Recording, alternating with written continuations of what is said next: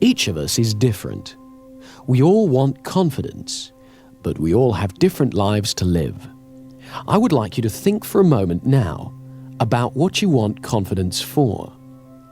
Take a moment or two to think about that. Where will you use it? What changes will it make for you as you are more confident? Let's take a specific example. Imagine a scene in your head now where you are totally confident. Imagine you are seeing a film right now of a time in the future when you're using your confidence to achieve something you really enjoy. Do whatever you would do if you knew you couldn't fail. Just sit back now and watch yourself achieving excellence. Notice how you look, the expression on your face, the light in your eyes. Notice the life, the grace, and the elegance in your movements. Let the camera of your mind move all around the scene and replay it as slowly or as fast as you wish, as many times as you wish, so that you become fully acquainted with every aspect of your presence during a moment of successful achievement. Notice how you're sitting or standing, your expression, and your movement that lets you know that this is a moment of great success. The concentration or happiness on your face. The grace, ease, or commitment of your movements. The sense of mastery. And pay attention here to the sensations in your body, and notice how your body responds to your imagination. Your body responds to all the pictures that are conjured up in your mind, deliberately or accidentally, in exactly the same way. Now, you are going to use this responsiveness. As you continue to visualize this time of confidence, and as you feel the pleasure and power of it, gently and precisely press together the finger and thumb of one hand. It doesn't matter which hand, just do it. Whenever you want confidence, whenever you need to be reminded of your powerful positive potential, repeat that exact same pressure with your finger and thumb and recall this picture vividly and clearly to stimulate you to be fully in your own power and confidence again. By repeating this gesture every time you think of this image and feel these confident feelings, you are creating an association that will allow you to bring these feelings back whenever you want them. Don't underestimate the power of your mind here. Do this simple but powerful exercise and you'll find it gets easier and easier and more powerful every time. You see, the human mind works by association. When we've experienced two things together for a little while, one will automatically remind us of the other. This associational linking is very powerful. For example, I like traveling, so whenever I go to the airport, I feel that excitement, even if I'm just going to pick someone up. The rule is, repetition is the mother of success. So let's just repeat this mental visualization. Remind yourself of that picture of you being successful and confident. It doesn't matter if it's not very clear at first. Each time you do it, it'll improve. Home in on the part of it that makes you feel best. Magnify that part. Make it bigger, brighter, louder, bolder, brilliant, richer in your mind. Really feel it within you and around you. And when that confidence is at its peak, press your finger and thumb together again in exactly the same way as you did before. And say to yourself, I am confident. And then relax. You are making that finger and thumb pressure into a signal to your unconscious mind to call up that feeling of confidence and power within you. Practice this imagining for at least 3 weeks every day, and then whenever you feel challenged, you can repeat that exact same movement. Concentrate for a few moments and access your inner state of confidence.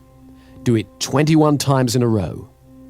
Olympic athletes the world over have used exactly this technique to prepare to win their competitions. Now you can use it. You see, we're all born with confidence. Babies are confident. They cry and they expect to be fed. They explore and they have no fear. We all have the ability to regain the confidence we are born with. And one of the main things we have to do, which is ridiculously simple, is just to make room for confidence. People who've lost confidence feel fear, and so they often hurry to get past things or hang back and avoid them. They speak too little or too fast. And when they feel awkward because they're doing these things, they have a tendency to do them even more. To let ourselves feel confident, we need two simple qualities: patience and flexible thinking. A few years ago, I was giving a presentation at a conference.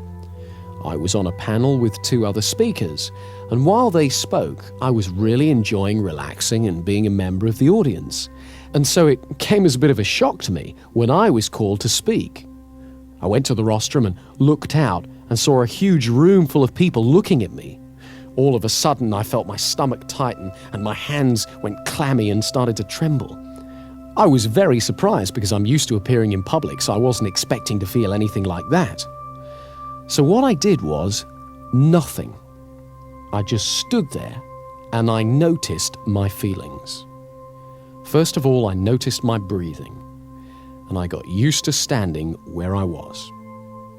I thought for a moment about what I was going to say and how much I believed in it, and I accepted that my body was excited. I was excited. I didn't have to call it stage fright or lack of confidence. I was excited. And that added a spark to my presentation. Then, when I felt ready to speak, I began. Now, this was a fairly simple little incident, but it shows three things. Firstly, you never know when you're going to be surprised, because I had no idea I was going to feel anything like that when I stood up. Secondly, it reminded me of the value of patience. I simply took my time to notice what I felt and got used to it. I didn't rush away from my feelings by diving straight into my presentation in a terrible rush. And when I acknowledged how I felt, it wasn't overwhelming. It helped to notice my breathing and to let that be calm as well. Thirdly, I reminded myself that the feeling I felt wasn't good or bad. It was just what I felt. And I could choose to call it fear or stage fright or eagerness or excitement. And I chose to call it excitement. I was reminded of this when I was sent a tape of my presentation, and I heard the pause before I started to speak. That was the pause I took to make room for my confidence. There are lots of ways you can make room for confidence in your life. In conversations, we can practice confident listening. Confident listening is allowing yourself to concentrate fully on the other person's speech. It means that rather than preparing what I'm going to say, I really listen to you. And so often when I listen well, what I need to say, and when it's okay to say nothing, becomes much clearer. When I hear the rhythm of the conversation, I discover that there are plenty of times when silence is appropriate. By listening with patience, I make room for confidence in my conversations. The same is true with actions and feelings. Patience makes room for confidence. Turn your attention outward to the world while acknowledging what you feel. But don't judge or compare or worry. Stay curious. Don't judge yourself or others. Often you don't have to do half as much as you were worried about when you lacked confidence. And when it's time to act, what you have to do is clear and simple. We all use habits a great deal in our life. Some habits help our confidence, others don't. So to increase our confidence, we have to amplify the habits that assist us and eliminate those that don't. Much of our thinking is habitual. It happens all by itself and is just a string of associations. Mostly, we tend to be absorbed in a task or an interest, or afloat on the river of automatic thinking. However, we can affect it. With a little effort, we can redirect our attention. It turns out that associational thinking is very powerful, so this effort has to be made over and over again.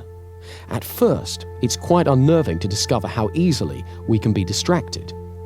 But if we repeat the effort over and over again, we gradually find that we affect our patterns of association and also increase our powers of concentration. There's one very important way we need to make this effort. Nowadays, the atmosphere of ideas in which we live is very busy. Messages bombard us from all sides, and not all of them are very healthy. On television and radio, we're asked to buy far more than we can afford, and the news is always full of doom and disaster. To protect ourselves, we learn to ignore a great deal of it so that we're not overwhelmed. But unfortunately, we can also inadvertently ignore the beauty and blessings of life as well. So we must learn to be selective and to reinforce the positive, beautiful messages in our lives so that we nourish the positive and beautiful in ourselves. As we pay attention to the goodness in the outside world, we strengthen it within ourselves. It's also useful to phrase things positively, to use optimistic language whenever possible. I don't mean that we should ignore difficulties or problems, but that we should always look towards the solution, not the negativity. If we use positive words to ourselves and others, we're more likely to receive positive words and messages from them. Try to avoid putting people down or putting yourself down. If you want, you can make a game of cleaning up your language. Do it by yourself or with a friend.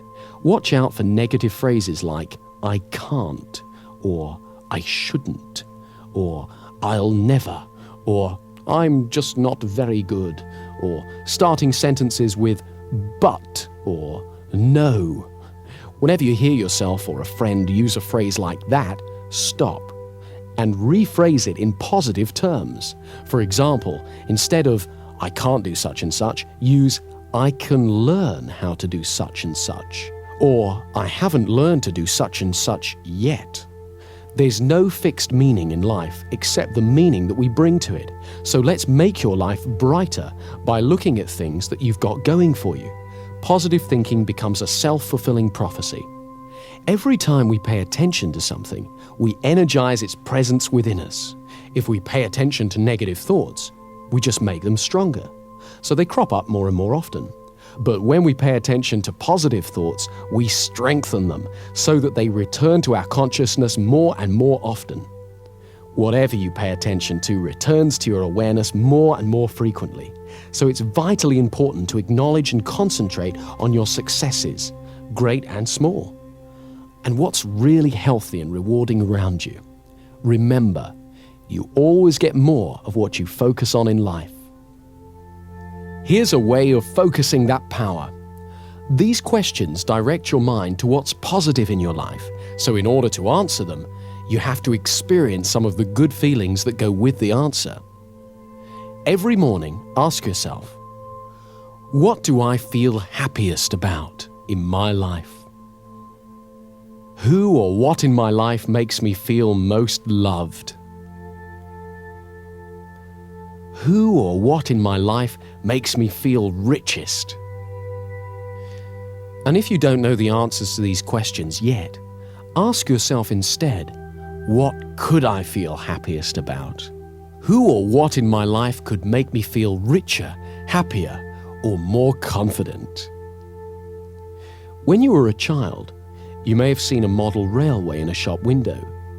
The train would go round and round the window, across the front and into a tunnel, and then out of the tunnel on the other side, across the front of the window, back into the tunnel, and so on.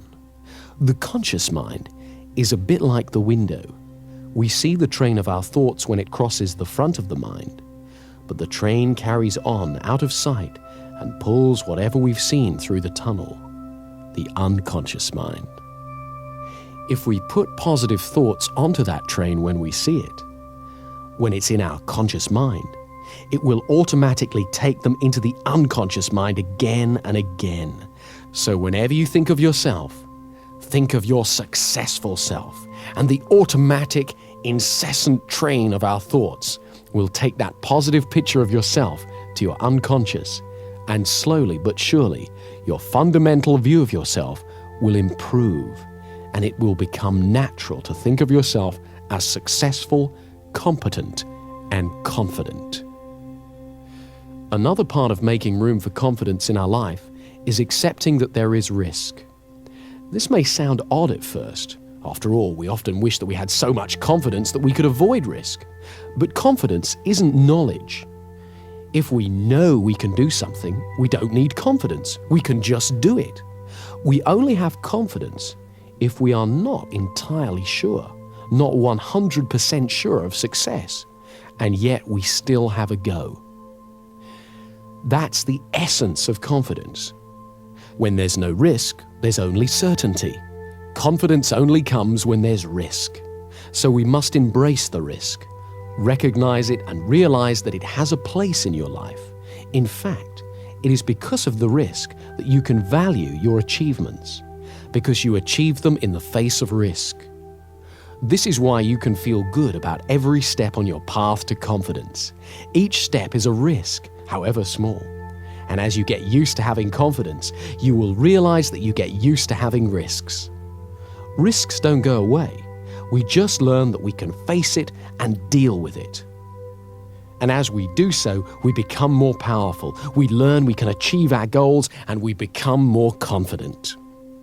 Let me show you one more thing that increases your confidence, and it's great fun as well. Think of somebody now with whom you don't feel confident. Imagine them walking in your front door. And imagine they've got a red clown's nose on their face and an orange wig on their head. Or shrink them so they're about 12 inches tall. And call to mind the way they talk. If, for example, it's an authoritarian sort of voice, "You stupid, useless person." Make them sound like Mickey Mouse. "You stupid, useless person." Oh, make them have a sexy voice.